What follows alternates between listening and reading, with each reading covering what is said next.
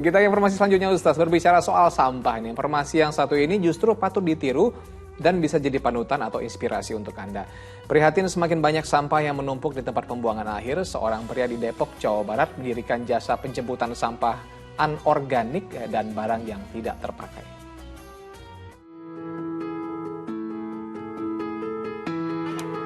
Sampah seseorang bisa menjadi harta bagi orang lain. Ungkapan ini cocok dengan usaha yang dijalankan Denny Pondiu, seorang pemuda di Depok, Jawa Barat.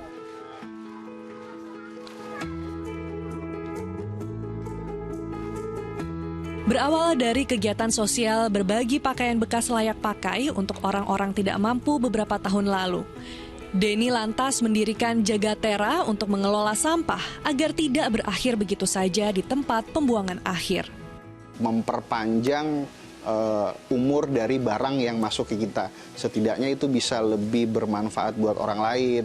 Setidaknya barang-barang yang tidak lagi dipakai di donatur, tidak lagi dipakai di customer kita, itu tidak berakhir di TPA. Jadi tim kita dulu yang turun, setelah mereka turun untuk survei, baru mereka infoin ke manajemen, oh ternyata di sana ada saudara kita yang membutuhkan, dia pengennya kasur, ada yang pengennya lemari, ada yang ya macam-macam. Berbekal database para donatur sebelumnya, Denny menawarkan jasa angkut berbagai jenis sampah berbayar dan langsung dijemput ke rumah.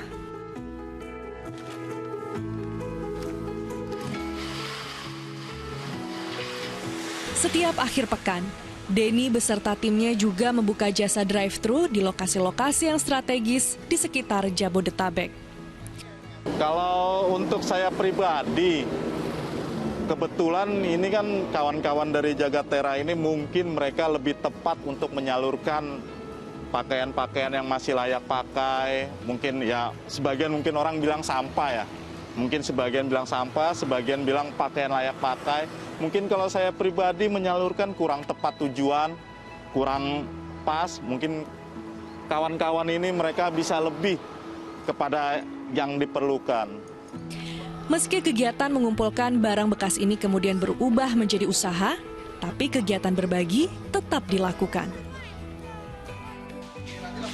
Denny bermimpi bisa membuat toko barang-barang bekas layak pakai yang bisa disambangi oleh siapapun yang membutuhkan dan bisa mengambilnya tanpa perlu membayar. Harapannya kita pengen mengajak masyarakat di luar sana untuk bijak kelola barang tidak terpakai mereka. Karena kalau tidak dikelola dengan baik, itu akan menjadi masalah buat lingkungan dan masalah buat orang banyak, masalah buat di TPA. Masya Allah, ini baru yang namanya bermanfaat bagi orang lain ya Ustaznya. Nah Ustaz, kalau misalnya semua orang seperti ini nampaknya sampah di sekitar kita ini makin berkurang gitu Ustaz. Karena banyak dimanfaatkan gitu. Nah, apa pendapat Ustaz tentang hal ini dan bagaimana seharusnya umat Islam memaknai arti saling bantu, membantu dari sesuatu yang sebelumnya dianggap tak bernilai tapi ternyata di tangan orang yang tepat bisa jadi duit gitu Ustaz. Ya, ini menurut saya adalah satu yang patut dicontoh ya, ini yang pertama.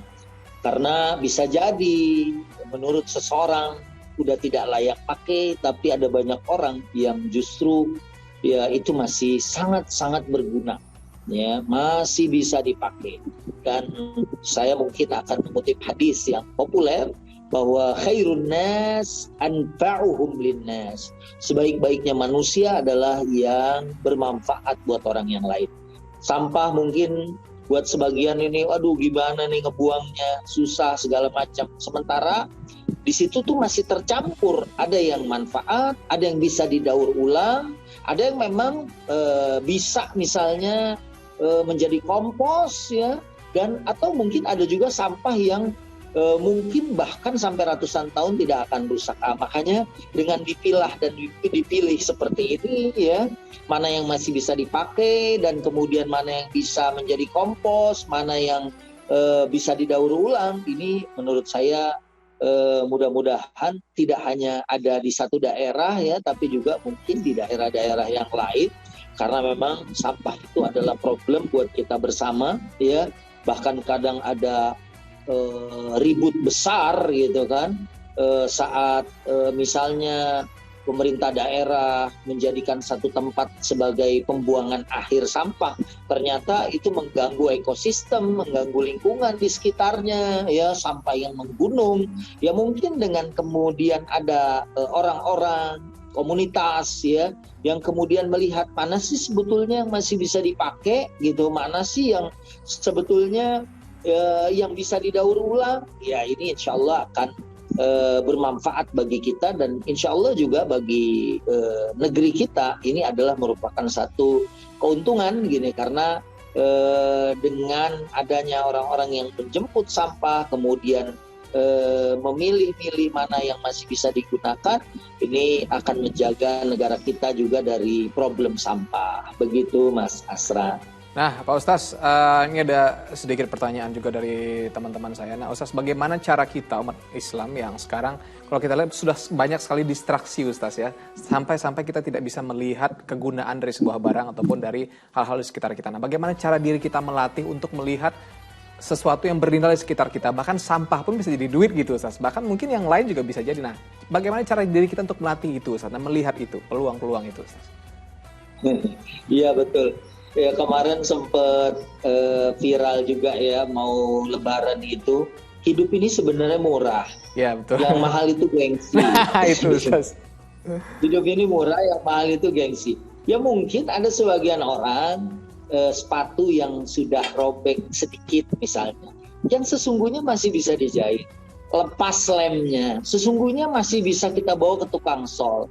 Cuma mungkin ada beberapa orang yang mungkin gengsi kalau dia sebagai orang yang punya, ya, kemudian memakai sepatu bekas gitu. Tapi ada banyak orang yang mungkin bisa memanfaatkan sepatu itu, pakaian itu. Tadi kan begitu juga, pakaian mungkin bagi sebagian orang tidak layak, ya, tapi sebagian lain merasa Masya Allah itu masih merupakan pakaian yang mewah bagi mereka. Ya, disinilah sebetulnya ya peranan dari teman-teman yang kemudian mau menjemput dan kemudian mensortir, melihat, ya, kalau mungkin ini masih punya nilai ekonomi, mungkin bisa dijual, ya, dan kemudian hasilnya bisa digunakan untuk hal-hal yang bermanfaat. Ya, ini insya Allah adalah merupakan satu kegiatan yang patut dicontoh untuk kita bersama. Gitu.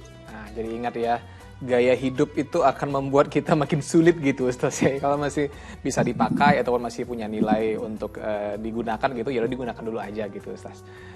Nah, kita ke informasi selanjutnya.